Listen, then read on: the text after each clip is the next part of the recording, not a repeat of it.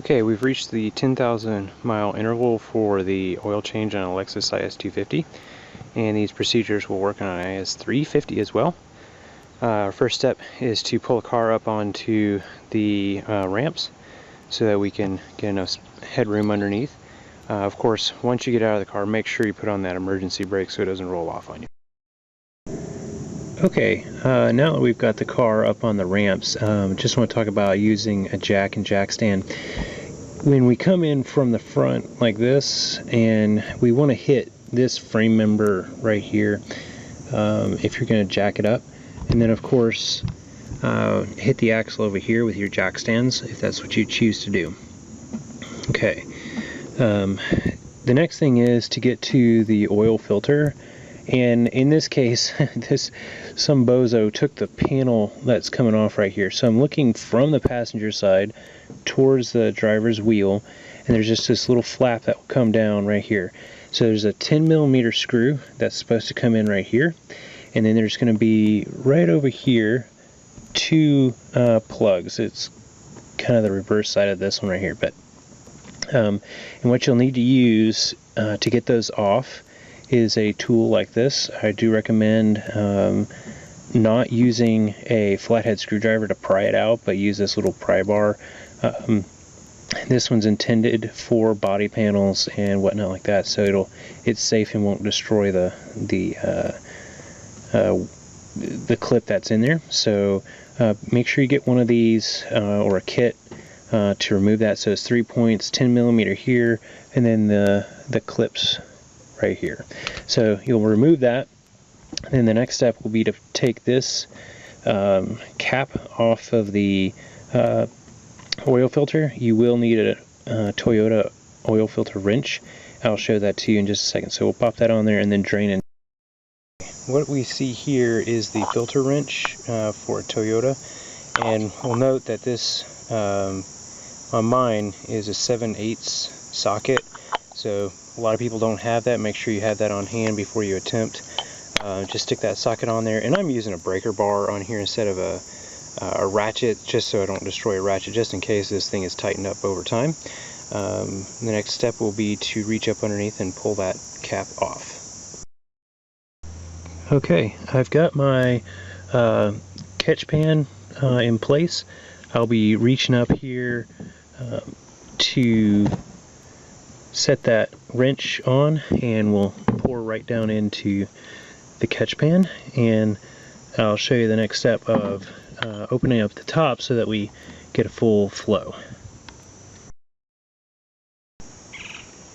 Alright, we want to take this cap off to make sure we get a full flow. I'll just set it right down there. And the other thing is we want to pull the dipstick out to release that seal to get a full flow, and that'll do it. Now that we have the top end open and the oil filter off, the next thing is to pull the plug on the drain pan. It's way back there. I'll show you from a different angle. We're going to come in from behind the passenger wheel here, from behind and into the side. And you're going to need a 14mm socket with ratchet, and I would recommend an extension. It'll make your life a whole lot easier.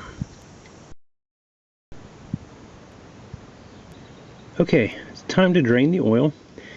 This is the plug right here, 14mm. Your extension is going to come out right here. That's why you want that extension.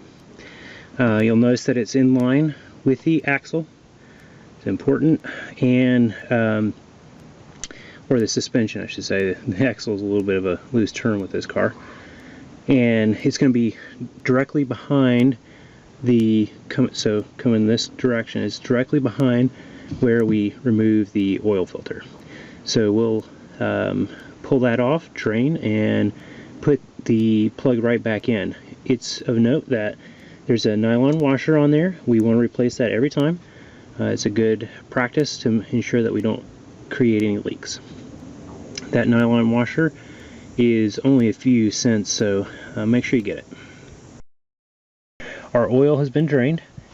Put the nut back in, got the new washer on, and wipe it off to make sure that if we ever have concerns about leaking oil, we know that it's not from our last oil change. We look at it and know that if there is any drips, that they are fresh and it's leak and not a spill. So make sure you get that all cleaned out and we are set. Okay, so we have old filter, new filter, the cap, and O-rings. So the first thing was to replace the large O-ring right around the cap, and we just lubricated it with some of the new oil. The other thing is we wanted to clean out any garbage that was in the cap. Mine had a fair amount. The last person who changed the oil, I don't think did it very recently. So so that was a large one. Now when we flip this cap over, some of you will have a drain plug here. Mine doesn't, but if you do have the drain plug, you want to replace the small O-ring. It basically fits just like that. Replace that O-ring. Always replace your O-rings. They come with the filters, and it's just, you know, it's only a few cents worth of rubber, but it will make the difference, because then you aren't going to leak. And if you leak, you can easily damage a motor. Now you'll notice that this filter does look different from this filter. This has got the plastic cap on the end. This is a Wix filter, and worth every penny of it. These are about the best you're going to find. I highly recommend them. They do last longer than your standard filters, which is important with these full synthetics. You want a filter that lasts a good long time with that oil that lasts seemingly forever.